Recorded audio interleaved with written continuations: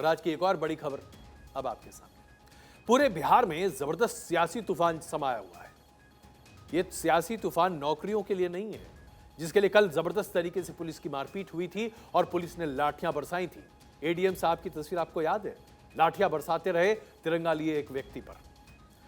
नई सरकार बन गई है, लेकिन बिहार सरकार में बवाल एक के बाद एक खड़े होते चले जा रहे हैं। यह आज का ताजा विवाद जो हम आपके सामने प्रस्तुत कर रहे हैं, यह बिहार सरकार में एक मुस्लिम मंत्री के मंदिर जाने पर मचा हुआ बवाल है। सवाल यही है कि आखिरकार नीतीश कुमार जी को ऐसी क्या आवश्यकता आन पड़ी कि एक मुस्लिम मंत्री को लेकर वो मंदिर पहुंच गए। ये वो तब जबकि साफ साफ मंदिर के बाहर लिखा था कि मंदिर में गैर हिंदुओं का प्रवेश वर्जित है। हालांकि ऐसा होना नहीं चाहिए। पूरे हिंदुस्तान में किसी को कहीं भी जाने की पूरी अनुमति है, संवैधानिक अधिकार है हमारा। लेकिन कुछ लोग ऐसी मान्यताओं को मानते हैं। नीतीश कुमार जी ने इस पूरे मामले पर जो किया है वो उनके मुस्लिम प्रेम को एक बार फिर से सामने रखता है। आखिरकार वोट बैंक की बात है साहब, इतना आसान थोड़ा ही है। देखिए उन्होंने क्या कहा। मेरा संजोग है, सौभाग्य है कि माननीय मुख्यमंत्री जी के साथ विष्णुपद मंदिर का भी हमने दर्शन करने का काम किया है। तो आइए अब आपको बताते हैं कि आखिरकार बिहार सरकार के सूचना प्रौद्योगिकी मंत्री मोहम्मद इस्राइल मंसूरी को किस मंदिर में ले गया गया था। मुख्यमंत्री नीतीश कुमार पितृपक्ष मेले की तैयारियों का निरीक्षण करने के लिए यात्रा पर थे। सरकारी कार्यक्रम के बाद नीतीश कुमार ऐतिहासिक विष्णुपद मंदिर पहुंचे और उनके साथ मंत्री इस्माइल भी मौजूद थे। तस्वीरों में आप देखिए कि विष्णुपद मंदिर के गर्भगृह में मुख्यमंत्री नीतीश कुमार के साथ मंत्री मोहम्मद इस्राइल भी मौजूद हैं। नीतीश कुमार के मंत्री इस्राइल को जब मंदिर के भीतर गर्भगृह में देखा गया, इस्माइल को उनको जब देखा गया तो जबरदस्त बवाल मच गया।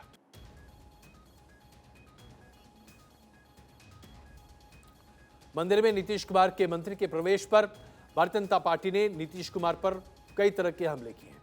संतों से लेकर नेताओं तक ने नीतीश कुमार से कई सवाल पूछे कि आखिरकार क्यों आवश्यक था कि वो एक गैर हिंदू को लेकर उस मंदिर में गए जहां सामने ही लिखा था कि यहां पर हिंदुओं का प्रवेश वर्जित है, खास करके गर्भ में। भारतीय जनता पार्टी ने हमला बोला है कि बीजेपी विधायक हरिभूषण ठाकुर साफ कह रहे हैं कि नीतीश कुमार ने ऐतिहासिक विष्णुपद मंदिर की पवित्रता को भंग कर दिया है। बता दें आपको कि मंसूरी जिस जिले में प्रभारी हैं, मंत्री हैं, वो प्रभारी होने की वजह से नीतीश कुमार के इस पूरे इलाके और उनके दौरे पे वो मौजूद थे। धर्म संभाव की बात होनी चाहिए, सब धर्मों का आदर होना चाहिए, लेकिन सभी धर्मों के कुछ मर्यादाएं हैं, उसका भी ख्याल नीतीश कुमार जी को रखना चाहिए और सबको इसकी रखनी चाहिए। बिहार क्या हो रहा है, तुष्टीकरण की तरफ बढ़ रहा है और तुष्टीकरण से बढ़ने का परिणाम क्या होगा। हमारे मंदिर के गेट पर ही लिखा हुआ है कि अहिंदू प्रवेश निषेध। यहाँ बौद्ध भी आते हैं, यहाँ सिख भी आते हैं, उन सब का स्वागत है जो मरणोपरांत अग्नि क्रिया करते हैं, अपने शरीर को अग्नि में दान करते हैं, वो हिंदू कहे गए। उन लोगों का यहाँ स्वागत है, कीड़े पड़ने वालों का नहीं। तो हमारे धर्म स्थल में आपका आना और जाके बाद में एक वीडियो प्रसारित करना कि हम तो वहाँ गए, मुझे बहुत ये हुआ। हम पूछना चाहते हैं उनसे कि आप यहाँ क्या करने आए थे, क्या करने आए थे वो यहाँ? क्या वो लोग पूजा करते हैं? क्या मुसलमान लोग पितृ पूजन करते हैं, पिंडदान करते हैं? मुख्यमंत्री महोदय के साथ मुस्लिम धर्म समुदाय से एक मंत्री उपस्थित वहाँ हुए थे, उन्होंने भी पूजा अर्चना की। यह विषय हम सभी हिंदू सनातन धर्मावलंबियों के लिए अत्यंत आघात का विषय है, अत्यंत दुख का विषय है। अब सबसे बड़ा सवाल यही है कि सियासत की नब्ज समझने वाले नीतीश कुमार ने आखिरकार ये क्यों किया। इस तस्वीर से बिल्कुल साफ है, नीतीश कुमार आज अपने आप को एक सर्वमान्य नेता के तौर पर पूरे देश के सामने प्रस्तुत करना चाहते हैं। आपने देखा होगा हाल फिलहाल ही नीतीश कुमार के साथ आरजेडी के नेता तेजस्वी मौजूद थे और तेजस्वी ने कहा कि नीतीश कुमार देश के प्रधानमंत्री बनने के लिए सबसे उपयुक्त उम्मीदवार हैं, विपक्ष के तौर पर इन्हें प्रधानमंत्री पद के लिए प्रोजेक्ट किया जाना चाहिए। नीतीश कुमार को शायद अब डर भी सता रहा है। भारतीय जनता पार्टी के साथ उनके गठजोड़ को लेकर क्या उनकी छवि धूमिल तो नहीं हो गई? क्या मुस्लिम वोटर अब उनके पास से खिसक तो नहीं जाने वाला? और वो इसलिए क्योंकि आरजेडी के लिए तो ये हर कोई जानता है कि आरजेडी का मतलब है MY combination, Muslim and Yadav, Muslim और यादव। ये फैक्टर तो हर कोई जानता है। तो क्या अब बिहार का मुसलमान आरजेडी के प्रति ज्यादा आकर्षित हो सकता है? क्या वो जेडीयू का साथ छोड़ सकता है? ये बात भी नीतीश कुमार के लिए बहुत महत्वपूर्ण हो सकती है। नीतीश कुमार ने दरअसल अपने वोट बैंक की राजनीति को आगे बढ़ाने के लिए मुसलमानों के बीच में भी एक अलग तबके को सामने रख दिया, पसमंदा मुसलमान।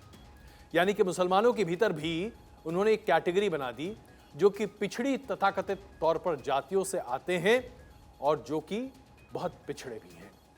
गौर करने वाली बात यह है कि इस्लाम में जाति का तो कोई स्थान ही नहीं है, फिर इसमें पिछड़ा कैसे कोई हो सकता है, वो भी जातीय आधार पर।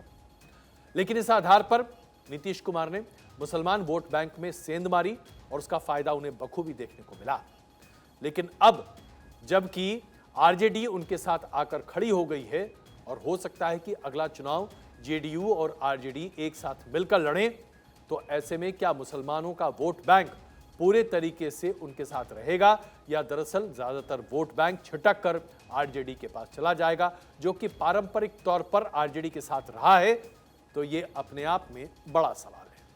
इसके साथ साथ जो दूसरी बड़ी बात है, नीतीश कुमार अपनी सर्वमान्य छवि को प्रदर्शित करना चाहते हैं।